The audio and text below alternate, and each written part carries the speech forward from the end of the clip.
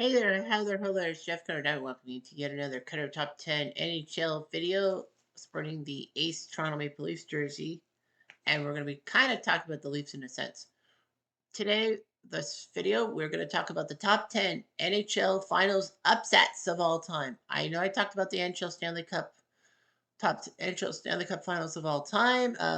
So don't forget, down in the description will be where you'll see my top 10 and all that. Obviously, I did it before 2026. And of course, congratulations to the Vegas Golden Knights and the Carolina Hurricanes for getting the Stanley Cup Finals. Carolina, this will be their third trip to the finals as a franchise, but they never went with as Hartford. They've been Carolina 2002 losers to Detroit, in 2006 winners to against the Oilers. Vegas, this is their third trip to the final. 2018, they lost as an expansion team in the final to Washington, but won in 2023 over the Panthers. So someone's going to have the 2 out of 3 rule come in effect. So let's look at the top 10 finals upsets of all time. These were massive upsets. Now, the first few are going to probably be like, what the hell are you thinking? But it's historical. Number 10 is 1930, Montreal versus Boston. You're thinking, 1930? What the frig are you talking about, Cutter?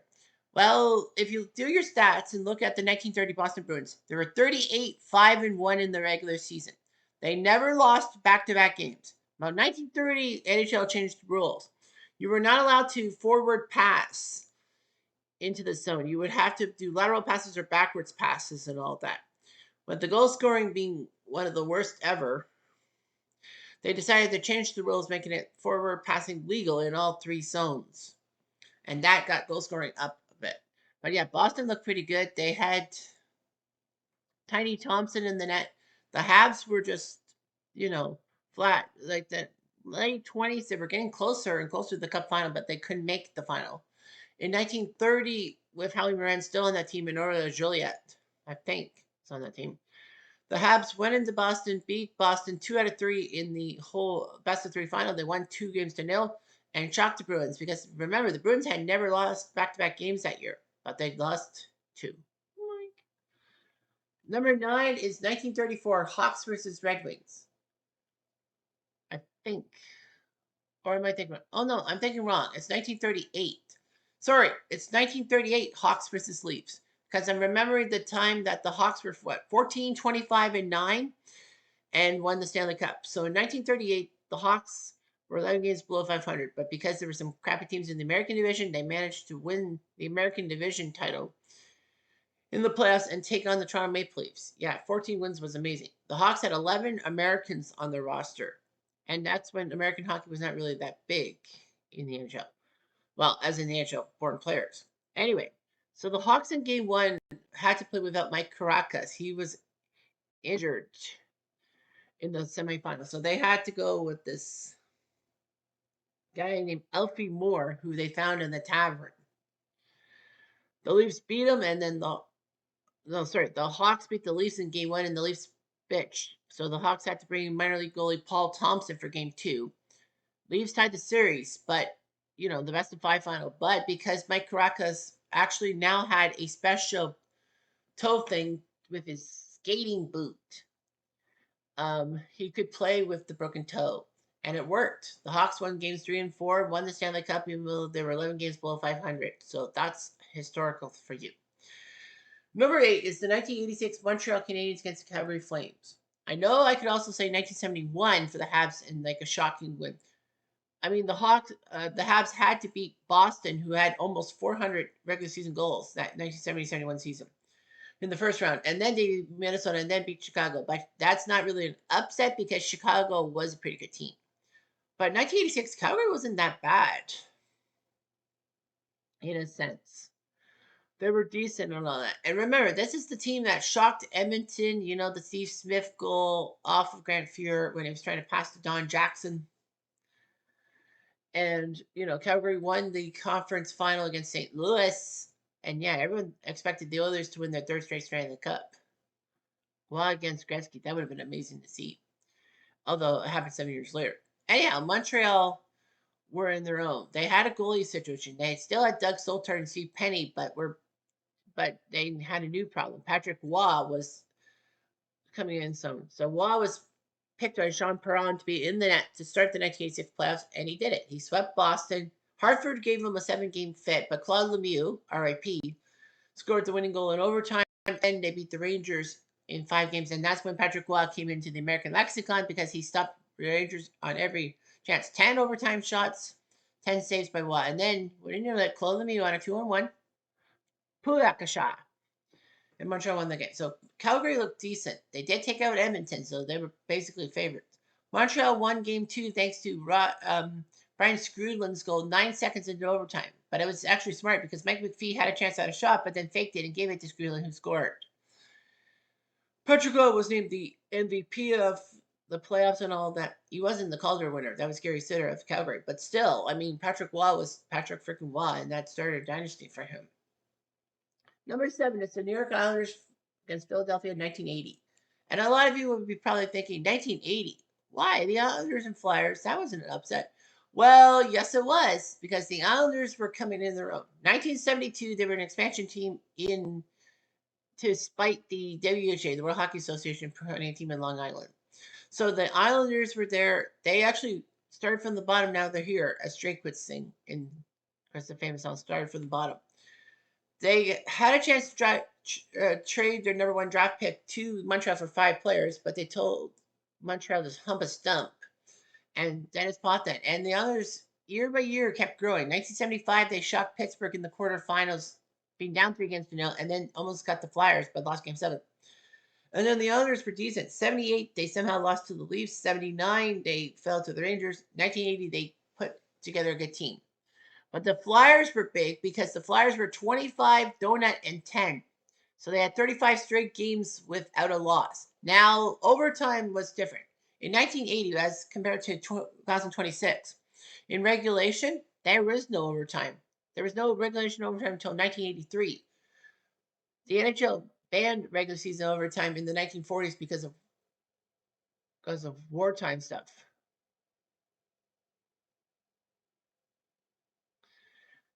And then, of course,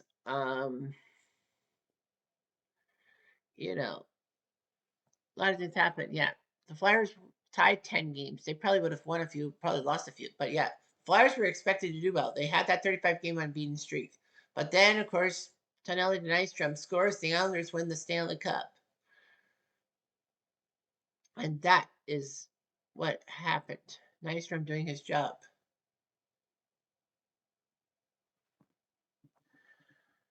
Number 6 is St. Louis, Boston 2019. I know a lot of people say that the St. Louis Blues against Boston should be higher because of how big the Blues were. But in 2019, the St. Louis Blues were terrible. In January, they were in deep trouble. They were actually last in the NHL overall to start January. They made a change. Craig Brewery-Bay came in to coach, and somehow, someway, St. Louis went through the playoffs, blew through a lot of teams, got to the final against the Boston Bruins. Boston were expected to win because, it was Boston after all. And St. Louis were just crappy. Not to mention the fact that Boston beat the Blues almost 50 years earlier in a Stanley Cup final. They swept them. However, St. Louis had a few overtime goals by Carl Gunnarsson, one of them by Gunnarsson, and the Blues forced Game 7 against the Bruins in Boston, and Boston got their butts handed to them. It was kind of a heartfelt story because Leah Anderson, a young fan who had cancer and shaved her head and all that, she was an inspiration. She was there for every Blues playoff game, so yeah, can't be that. Number 5 is the 2012 Kings Devils final. The reason why this is big is how good the Kings were in the playoffs. The Devils were, the Devils, Martin Brodeur and all that. They actually had to go to Game 7 in Florida. In double overtime, Adam Henrique did the job. And anyhow, that was, and then the Kings. Well, the Kings were the 8th seed. They were expected to roll over against the Canucks in the first round. Didn't. They were expected to roll over against their rivals, the Ducks, but couldn't do it. They were expected to lose to the freaking Coyotes, a lot of people said, but the Kings said no way. There were road warriors, lots of road wins for them. They took on the Devils in the final, and the Kings won games 1 and 2 on Devils ice on prolongation in overtime. The Kings would win Game 6 on home turf, and the Devils were ruined. Number 4 is 1984 Oilers Islanders. It's basically because of the Islanders winning 4 straight Stanley Cups. And anyway, the Islanders were the drive for 5. They actually almost blew it against the Rangers in the division semifinals, but won in overtime. They rolled through everybody, including the upstart 1984 Habs, who actually were a massive Cinderella. 5 games below 500, and then they got to the conference finals, but lost to the Islanders. They were up 2 games to on the Islanders. The Oilers were strong and all that. 1983, they lost the Stanley Cup Finals, and apparently Messi and Gretzky went past the Islanders' dressing room, but they were all icing themselves down, and then they realized it was what the effort was to win the Stanley Cup. So as Oilers, Islanders, and all that, but the Oilers taught the Islanders some new tricks. Got to Billy Smith, who was a money goalie in the playoffs and all that. It was just amazing how the Oilers could take down the Islanders like that. They ended one dynasty and started another. The Oilers would win 4 Stanley Cups in 5 years. Yeah, 84, 85, 87, 88. So anyway, the Oilers did their job. Number 3 is the 2011 Boston Bruins against the Vancouver Canucks. It's the one I don't really like to talk about, obviously. Well, Vancouver had home ice, top end talent, and looked pretty good. Vancouver did have to fight Chicago off in Game 7 on home turf. And then after a beating of Nashville, they played San Jose, and of course, the Kevin Bieksa conference final goal in Game 5.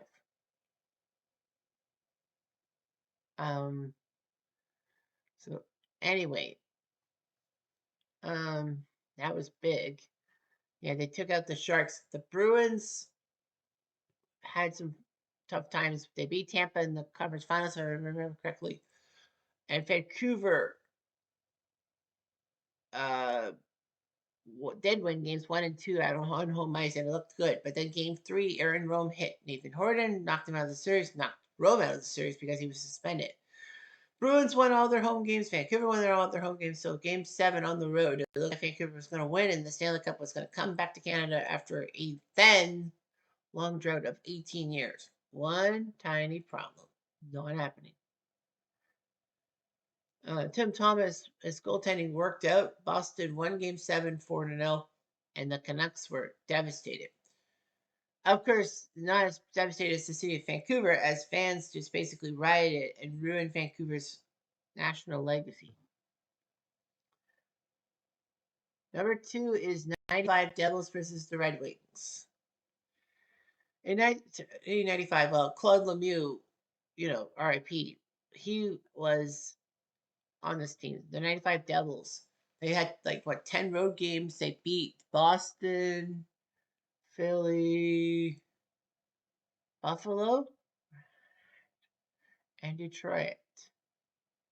So anyway, yeah, the Devils did their job.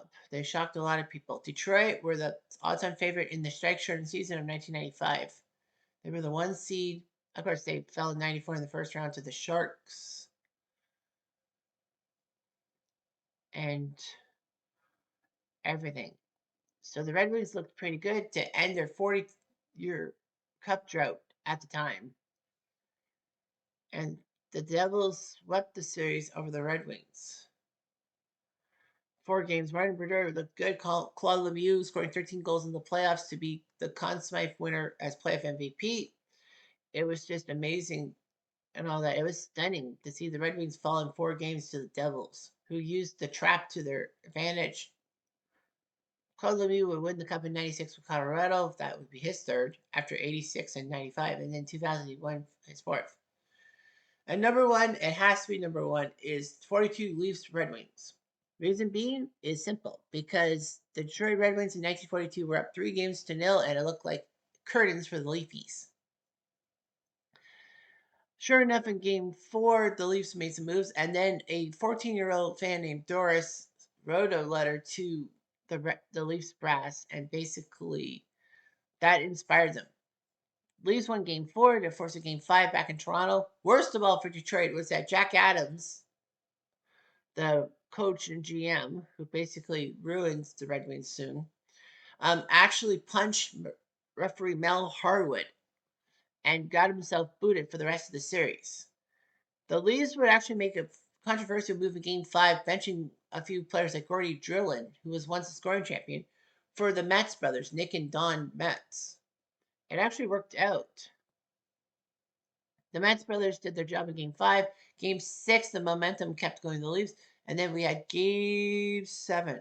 Yes, we did. We had game 7 as in front of 15,000, what was it, 15,600 fans, which was the largest attendance for a Canadian hockey game in Canada. Remember, this is 1942. Happened, the Leafs scored 2 goals by Sweeney Schreiner and then Pete Longel, the hero. The Leafs beat the Red Wings 3-1 to complete the reverse sweep, and the Red Wings fans must have been pissed off. But yeah, the Leafs were the Stanley Cup champs. Oddly enough, in 1945, the Red Wings almost did to the Leafs what the Leafs did to them. They were down 3 games to 0, forced a game 7, but Babe Pratt scored a key goal in the third period, and the Leafs avoided the reverse sweep. But yeah, come on, a reverse sweep in the Stanley Cup Finals, you know that was a massive upset. Anyhow, I'm Jeff Diamond. I do.